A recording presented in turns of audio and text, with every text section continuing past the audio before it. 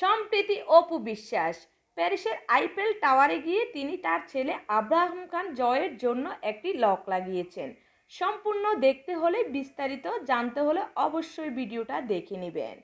আমরা তার Facebook verified ID জয় এবং অপু ফিল্ম ইন্ডাস্ট্রিজ এই পেজটি থেকে তিনি একটি নতুন ভিডিও দিয়েছিলেন।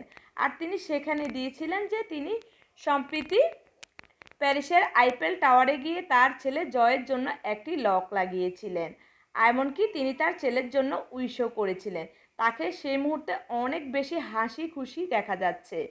আর তিনি সেই লকে লিখেছিলেন জয় এবং মা।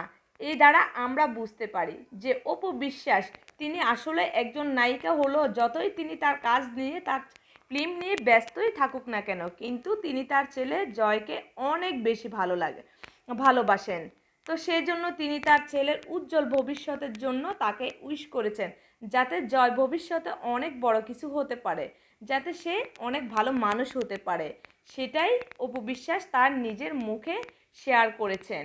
আর তিনি সেই লকে সেজন্য লিখেছিলেন মা এবং জয়।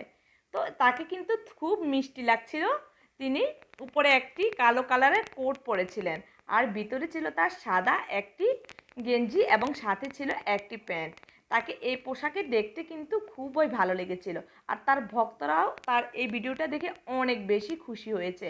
তাকে অনেকেই বিভিন্ন ধরনের কমেন্ট করে লিখেছিলেন যে কুইন, আবার কেউ লিখেছিলেন বিউটিফুল, অনেকেই লিখেছিলেন খুব সুন্দর। আসলে তিনি যেমন একজন সুন্দর মা, তেমনই তিনি একজন ফিল্ম জগতেও খুব সুন্দর একজন নায়িকা।